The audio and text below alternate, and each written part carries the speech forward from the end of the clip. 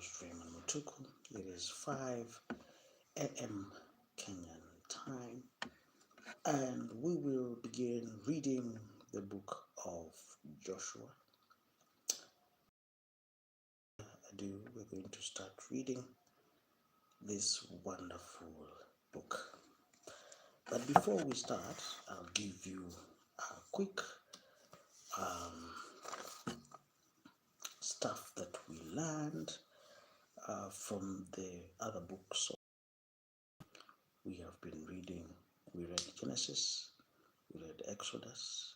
After Exodus, we read Leviticus. After Leviticus, we have just finished Deuteronomy tonight, and we will start reading from the book of Joshua. Now, if you have been keen, there is something that has been recurring in our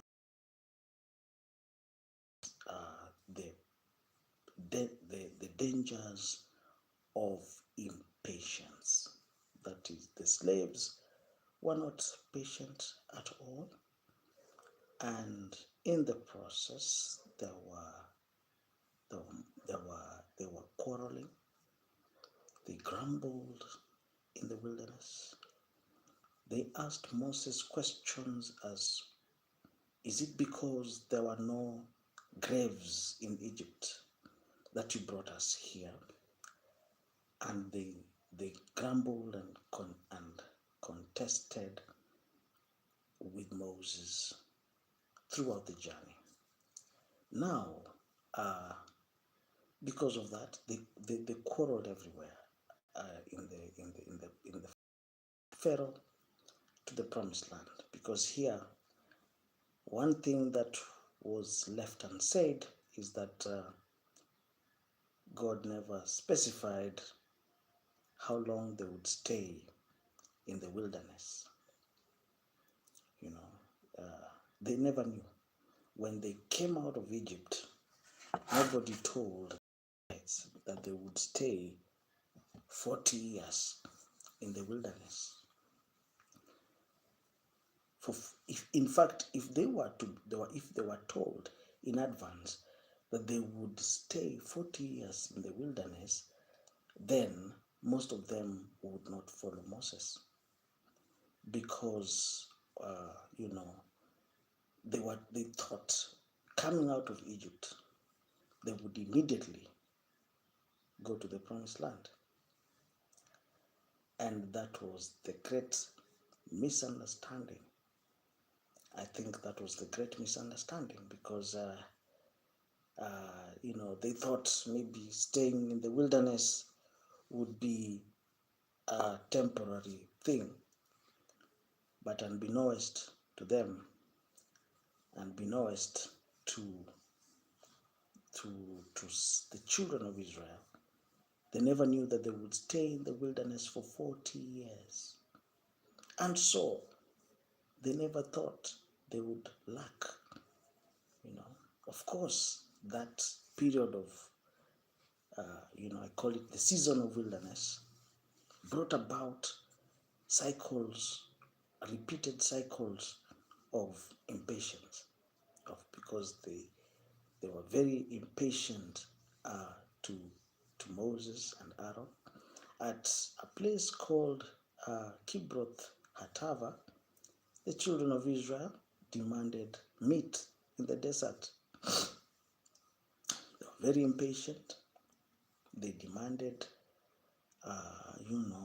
many things in the desert. And as we were reading, the story of the golden calf is found in the book of Leviticus. It's not found in the book of Numbers. The story of the golden calf is found in the book of Leviticus. If you read the book of Leviticus, the story of the golden calf comes from there. And it's the same story, the same pattern.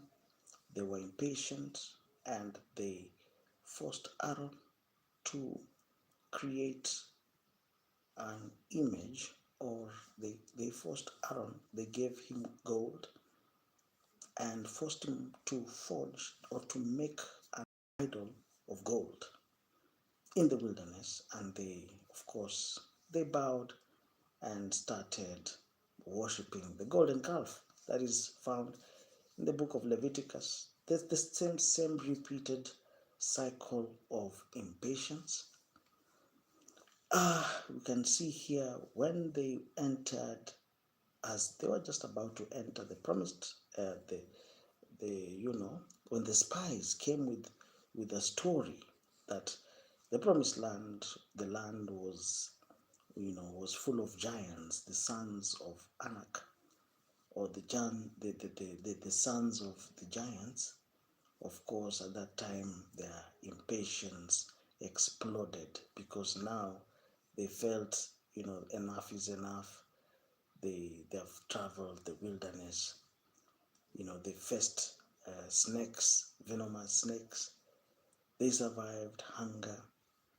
They survived, the golden calf. Now here the 10 spies are telling them that the promised land is occupied by men who are strong, and getting them out of that place would mean that they would face the sword. Of course, the families of Korah, Dathan, Abiram, they they came up in arms and told Moses, were there no slaves, were there no graves in Egypt that we had to die in the wilderness? That the cycle of impatience continues. Now, they even wanted to choose a leader to take them back to Egypt, because I'm sure Egypt was not far away. They said, if at least let's go back to become slaves. We can go back to Egypt and continue slaving. At least there's food. Now here you can imagine that they were in between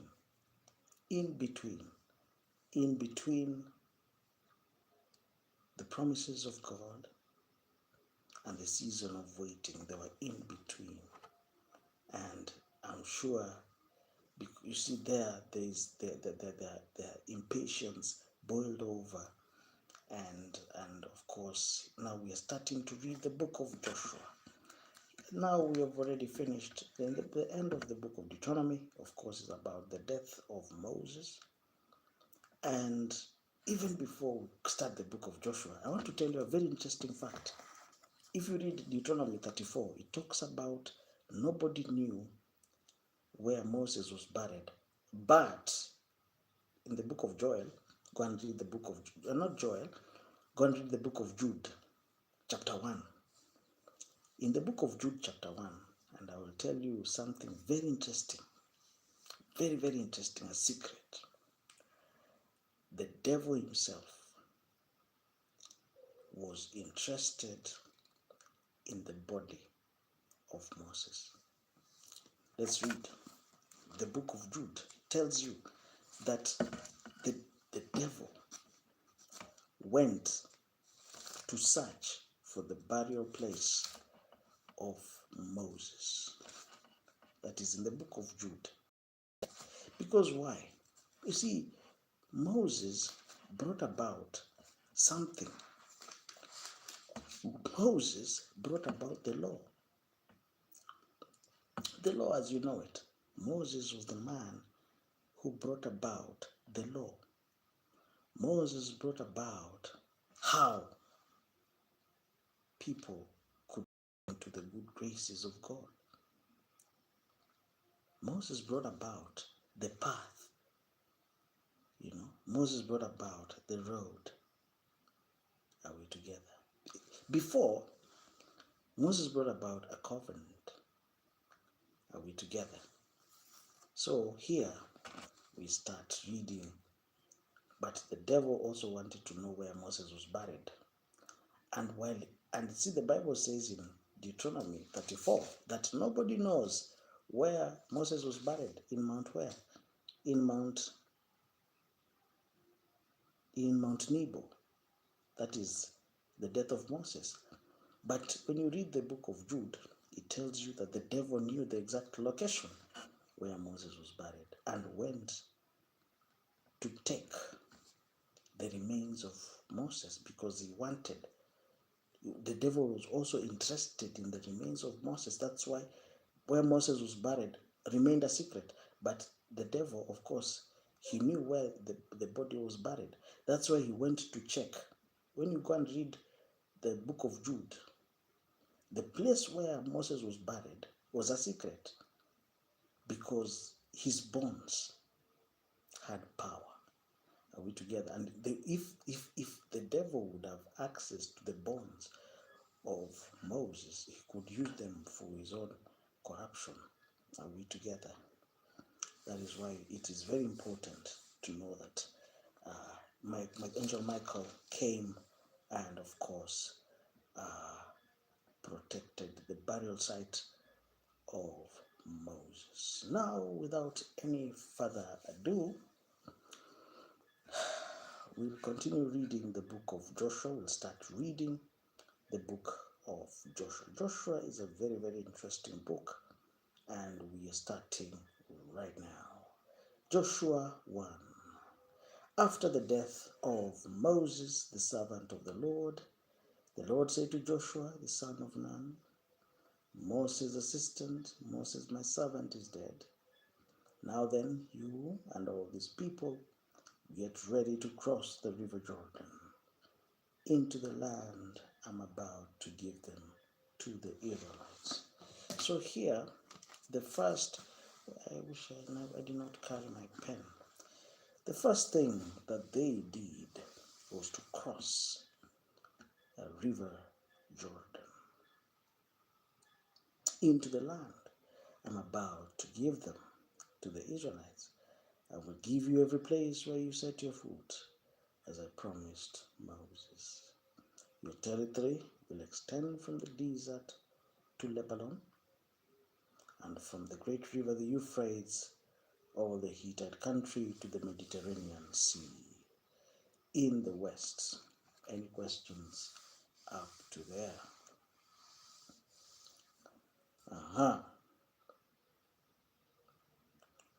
No one will be able to stand against you all the days of your life. As I was with Moses, so I will be with you. I will never leave you nor forsake you. Be strong and courageous, because you will lead these people to inherit the land I swore to their ancestors to give them. Any questions up to there? Be strong and very courageous. Be careful to obey all the law my servant Moses gave you. Do not turn from it to the right or to the left, that you may be successful wherever you go. Keep this book of law always on your lips. Meditate on it day and night, so that you may be careful to do everything written in it. Then you'll be prosperous and successful. Have I not commanded you? Be strong and courageous. Do not be afraid. Do not be discouraged. For the Lord your God will be with you wherever you go. We are reading Joshua 1.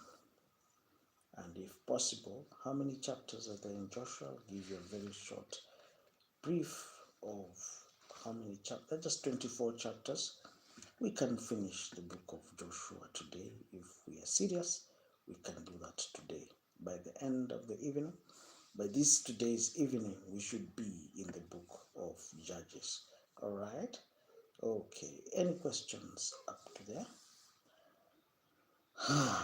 Do not be afraid. So Joshua ordered the officers of the people, go through the camp and tell the people, get your provisions ready. 3 days from now, you will cross the Jordan here to go in and take possession of the land the Lord your God is giving you for your own. 3 days from now. Any questions up to there? They were to cross the Jordan. That is crossing the Jordan. That is the first thing that happened in the book of Joshua, was crossing the Jordan. But to the Reubenites, the Gadites, and the half tribe of Manasseh, since they fought. I think they fought there was some part where they fought. They were the first one to be settled. Remember the command that Moses, the servant of the Lord, gave you after he said, the Lord your God will give you rest by giving you this land. Your wives, your children, and your livestock may stay in the land that Moses gave you east of the Jordan, but all your fighting men ready for battle must cross over ahead of your fellow Israelites. You're to help them until the Lord gives them rest. So the first people to be settled, I think from the tribe, the first people who got land was the tribe of the Reubenites, the Gadites, and the half tribe of Manasseh. All right. If you're new to this channel, subscribe and comment. We are in Joshua 1. I want us to finish the reading of Joshua by tonight. I don't want any delay. So that tonight also, I want us to finish Joshua and start Judges immediately. So that in 60 days, we may be able to cover,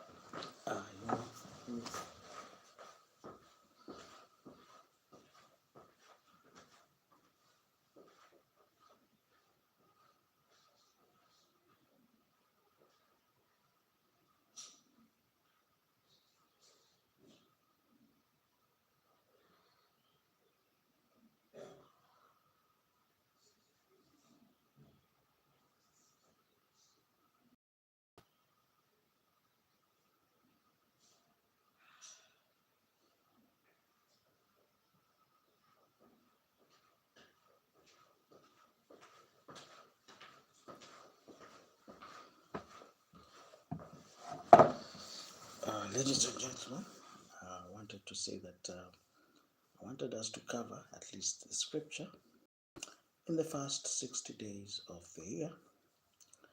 At least if we do that, we'll be able to,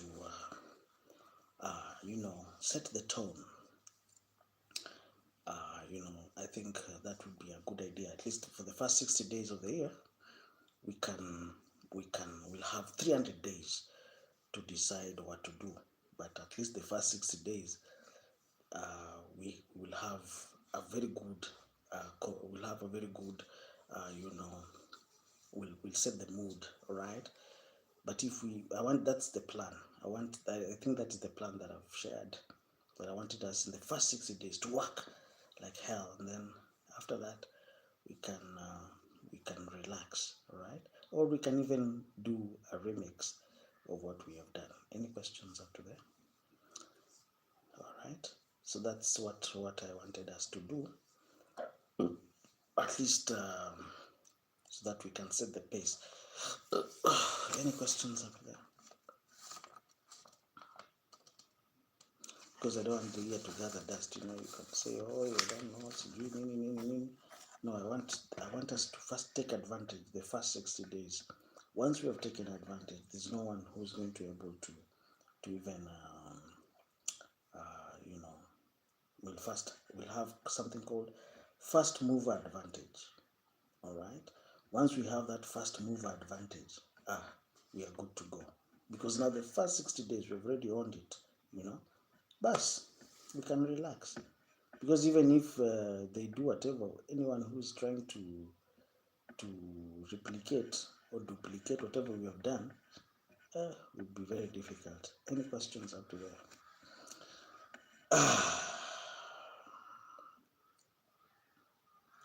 You're to help them.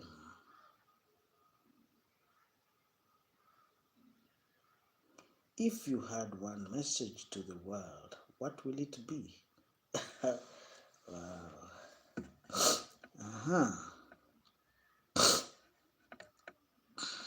If I had one message, what will it be? Wow. That's a very good question. Let me think about it. Am I supposed to answer that question now? Am I supposed to answer it now? Jibril Takil. Okay, let me continue reading. So here the first people to be given land are the Reubenites, the Gadite, the Gadites, and the half tribe of Manasseh, right? Your white, and your livestock may stay in the land that Moses gave you east of the Jordan. But all your fighting men ready for battle must cross over ahead of your fellow Israelites. They were supposed to get the land as a unit, as a whole, then divide the land per their tribe. Do you understand? They're supposed to move as a unit, all right? Gather the whole land and then subdivide the land. Are we together? They were supposed to move as with undivided devotion, undivided. They were supposed to move undivided until they capture everything and then divide it. It's very interesting strategy. No tribe was to fight on its own. They were supposed to move, and all the fighting men, they were supposed to get to be ready for battle. But remember, in the book of Deuteronomy, as I was telling you, before battle, there are questions that the priest used to ask. If you just build a house and you have not lived in it, you are disqualified from fighting. If you're married, you're newly married, you're disqualified from fighting. If you have maybe a vineyard, you're disqualified because you've not even enjoyed. All right, you're disqualified from such things. Are we together? I don't know whether in Kenya, if you've married, you've just recently married, and you're a soldier, you can go and say, is it possible? I don't know. You can go and take your case and say, I've not even enjoyed, I've not even stayed with my wife for 1 year. Can I be excused? They'll say, no, you're what? You're what? What is the word? You are absconding from duty. If you're new to this channel, subscribe and comment. I can see, but I think those laws should be in our country. If, for example, there's you're serving in the army, and in case the president declares war, and you're just newly married, that is solid grounds for you to say, I'm married, I've not even, my children are small, I should not be allowed to go to war. And that reason is a valid reason. I don't know, but in Kenya, I don't know about other countries. If you try something like that, it will be regarded as absconding duty. Yeah, I think it's called, the word is absconding. You'll be absconding your duty. But I don't think, and that you have a case to answer, I don't think that is reason enough. For example, if you serve, you serve in the army or any other service, and you have just haven't had a baby, even if you are a male, not just female, but even when you're male, should be given time to bond with your newly born baby. Those things should be in our laws. Any person who is serving, and they just had a baby, they should be given, time to bond with their baby, and not be told that they're absconding duty. I think we need to loosen some of these harsh, some of these harsh laws, because they're draconian in nature. They're not serving the purpose. The law should not be oppressive. The law should also be used to make life easier, not just oppressing people. that is very clear. The law should also make people enjoy their life, not just oppressing. People should also run to the law for what? For reprieve. Are we together? But it should not be oppressive in nature. Any law that is not in alignment with the hopes and aspirations of Kenyans should be appealed. Should be not appealed, should be repealed from our laws. Are we together? Any law that is draconian in nature, any law that is oppressive and not logical in nature. Maybe those some laws we just inherited them from our colonial masters, but any law that is draconian in nature should be, and which is not in alignment with the hopes and aspirations of our constitution should be repealed. We should have, laws that are that are enjoyable. Let me say enjoyable. Not have laws that are just oppressive, just because we want, we need restrictions or stuff like that. No. Not every law should be restricting, should loosen up. Any questions up to there? If you're new to this channel, subscribe and comment. We are in the book of Joshua. You see, the book of Joshua, and allow me to give a brief, summary of what to expect in Joshua. Remember, Moses told them that even you were rebellious when I was alive. Moses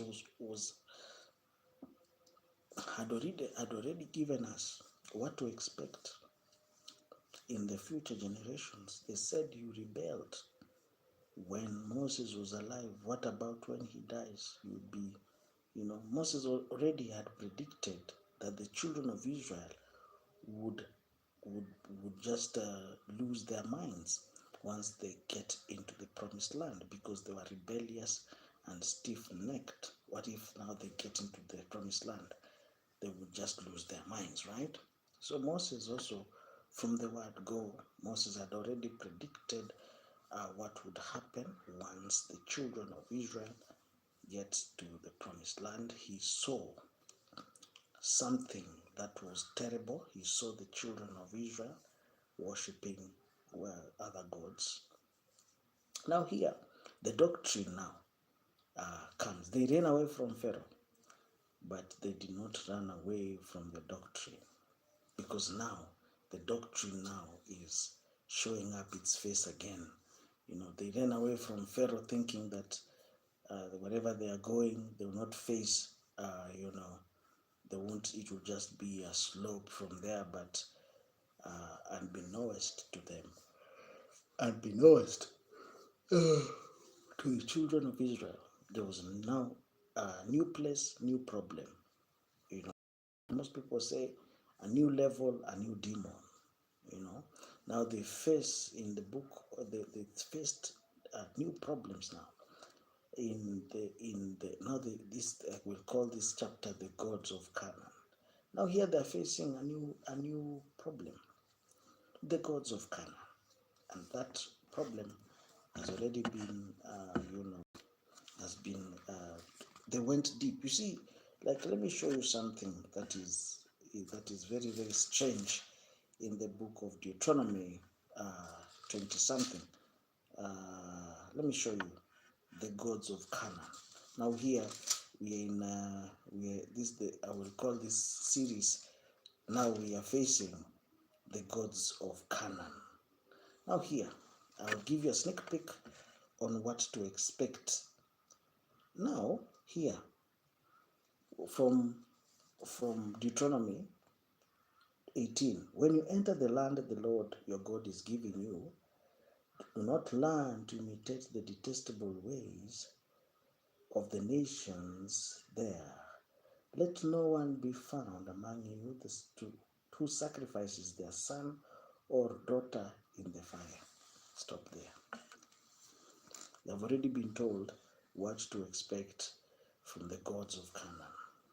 The first big problem was the gods of the Amorites, the gods of the Moabites, and I will start with the gods of the Moabite, who was called Molech. And this Molech, and we'll start with where the Moabites came from. The Moabites came from a family line of Lot and his daughters, and they had a son called Moab, and that land was called Moab because Moab was the son of Lot. So that whole area was called Moab, and Moses died in that place called Moab. So here we have a new problem called the gods of Canaan. Now, number one, they demanded child sacrifice. That is found in Deuteronomy 18. They demanded stuff, like child sacrifice. That was strange, The gods of Moab, they would. It was a bull with horns, with overstretched hands, and they would light the fire, and then they would place the child in the hands of Molech. So the child it was a burnt sacrifice of children. That is found in Deuteronomy 18. Those are not my words. Go and check. They would burn their children in the fire, and that was detestable. Which they practiced divination and sorcery, interpreting omens, engaging in witchcraft or casting spells, and who is a medium or consulting with the dead. They would speak to dead people. And of course, you saw Saul asking a woman to consult Samuel when Samuel was dead. They were speaking to dead people. It is possible. I will not tell you to go and try it, but it is possible to speak to a dead person. But I wouldn't. The Bible has forbidden people from consulting with dead people. Any questions up to there? If you're new to this channel, if you're new to this channel, subscribe, comment, and tell me where you're watching me from. I'm very happy that you're here this wonderful morning. I call this a program the morning run, because at least we should start the day with good pace. Are we together? If you are new to this channel, subscribe and comment.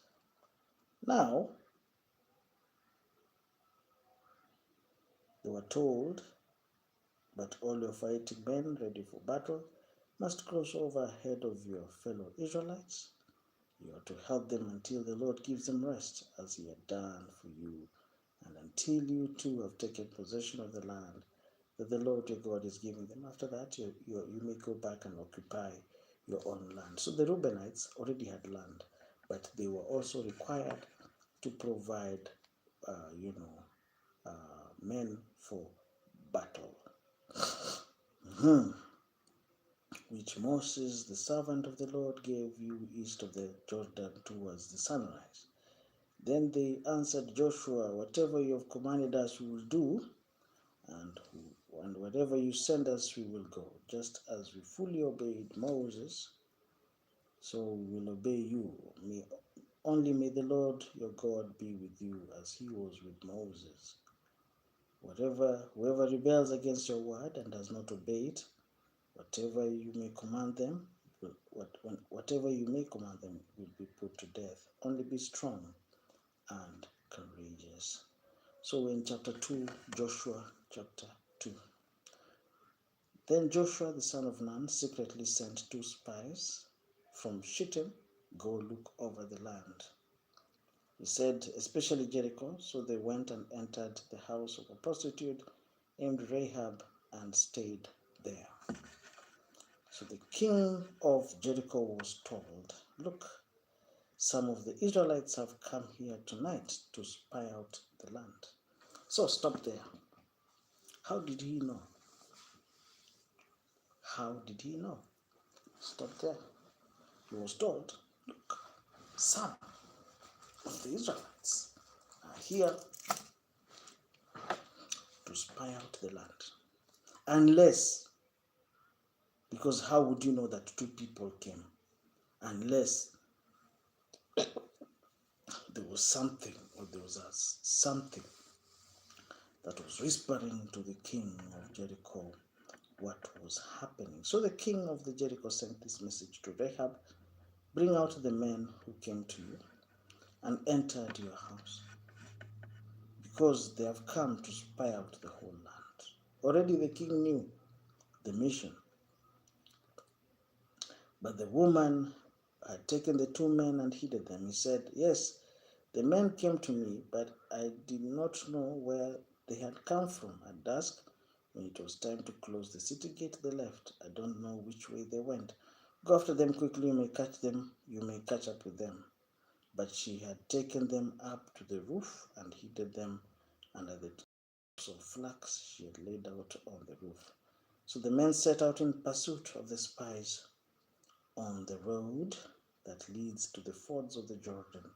And as soon as the pursuers had gone out, the gate was shut. Any questions after that? Before the spies laid down for the night, she went up to the roof and said to them, I know has given this land to you, and that a great fear of you has fallen on us, so that all who live in this country are melting in fear because of you.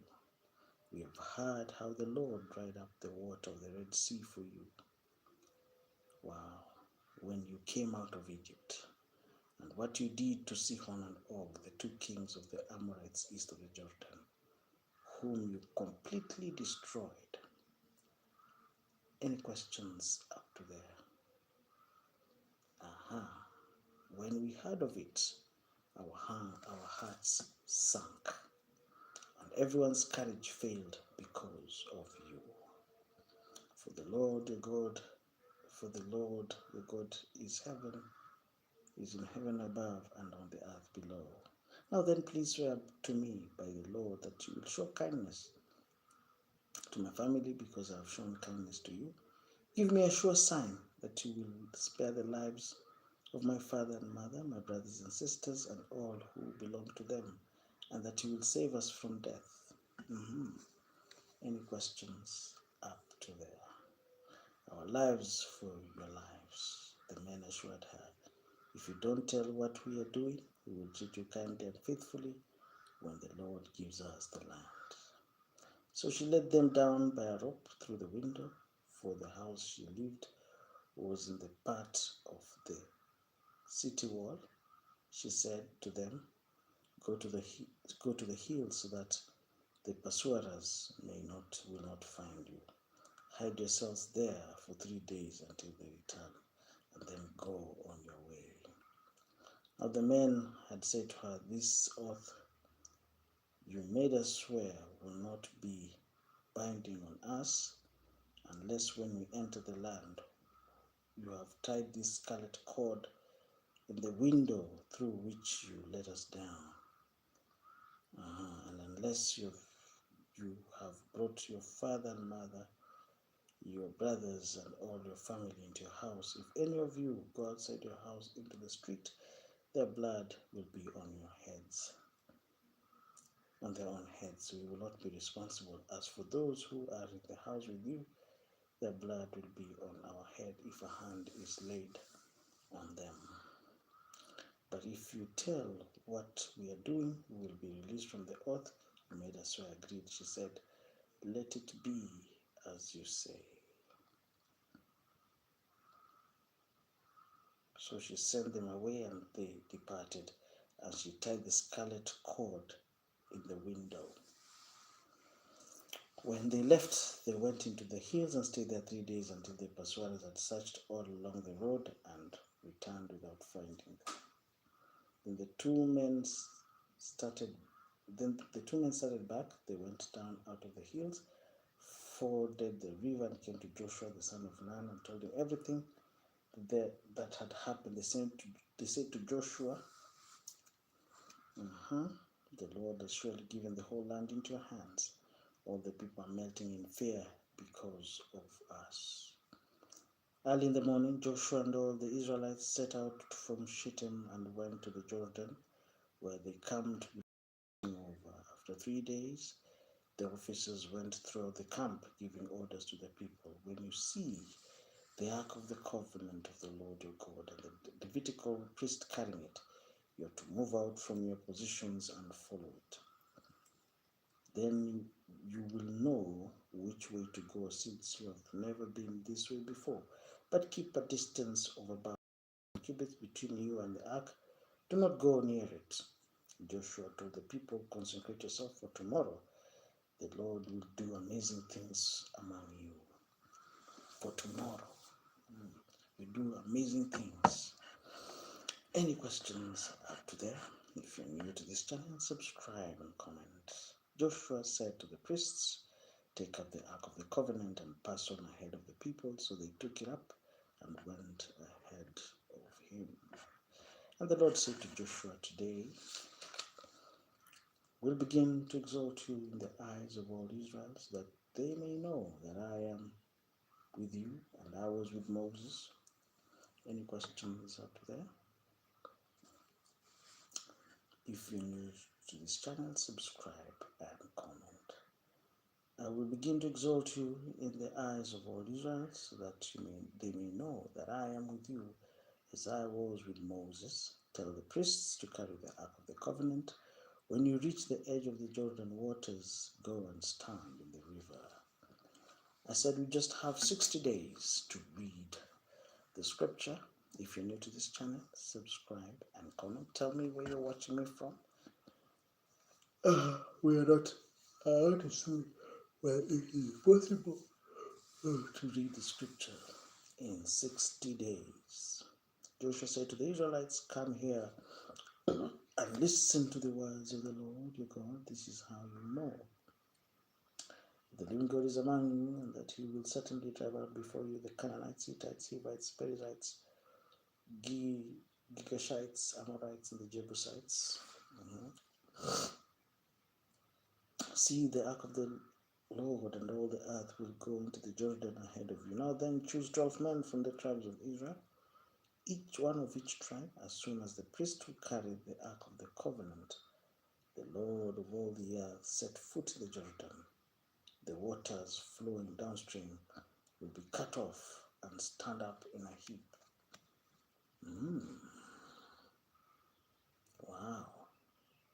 So when the people broke camp and crossed the Jordan, the priest carrying the Ark of the Covenant went ahead of them. Now the Jordan is in flood or during harvest. As soon as the priests who carried the Ark reached the Jordan,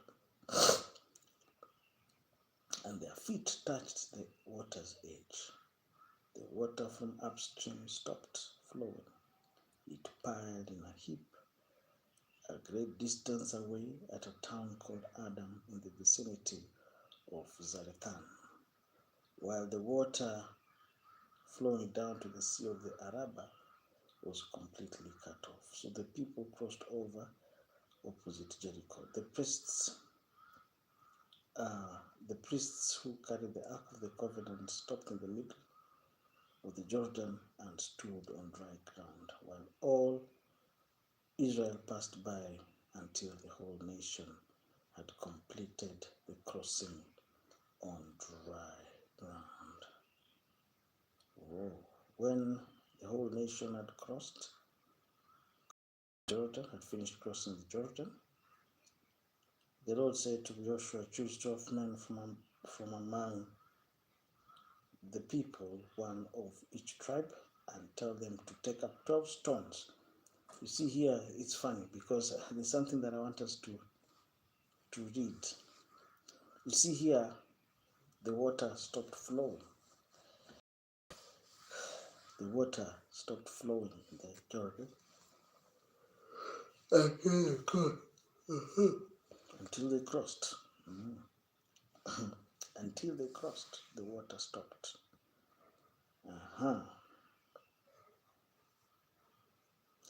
Choose 12 men from among, and tell them to take up 12 stones from the middle of the Jordan, from right where the priest was standing, and carry them over with you and put them down at the place where you stay tonight. So Joshua called together the 12 men who had appointed from the Israelites, one from each tribe, and said to them, go over before the ark of the Lord your God into the middle of the Jordan. Each of you is to take up a stone on his shoulder according to the number of the tribes of Israel, to serve as a sign among you in the future when your children ask you, what do these stones mean? Tell them that the flow of the Jordan was cut off before the ark of the covenant of the Lord. When it crossed the Jordan, the waters of the Jordan were cut off. These stones are a memorial to the people of Israel forever. So the Israelites did as Joshua commanded them. They took 12 stones from the middle of the Jordan, according to the number of the tribes of Israel, as the Lord had told Joshua, and they carried them over with them to the camp where they put them down. Joshua set up 12 stones that had been in the middle of the Jordan at the spot where the priests had carried the ark of the covenant had stood, and they are there to this day. Those stones, they are there to this day. Now the priests funny thing, this is the story of Joshua. There's something that is very unique. Those things are there to this day. Whatever Joshua did, for those who blessed, those who cast, they are there to this day. Like the stones that they put, it was the first time they were crossing and entering Israel. There were beacons now. They were setting up beacons everywhere, and and making a permanent mark of it together. Now the priests who carried the ark remained standing in the middle of the Jordan until everything the Lord had commanded. Joshua was done by the people, just as Moses had directed Joshua. The people hurried over, and as soon as all of them had crossed, the ark of the Lord and the priests came to the other side where the people watched. The men of the Reuben, Gad, and the half-tribe of Manasseh crossed over ready for battle in front of the Israelites, as Moses had directed them. About 40,000 armed for battle crossed over before the Lord to the plains of Jericho. That day the Lord exalted Joshua in the sight of all Israel, and they stood in awe of him all the days of his life, just as they stood in awe of Moses. Then the Lord said to Joshua, command the priests carrying the ark of the covenant law to come up out of the Jordan.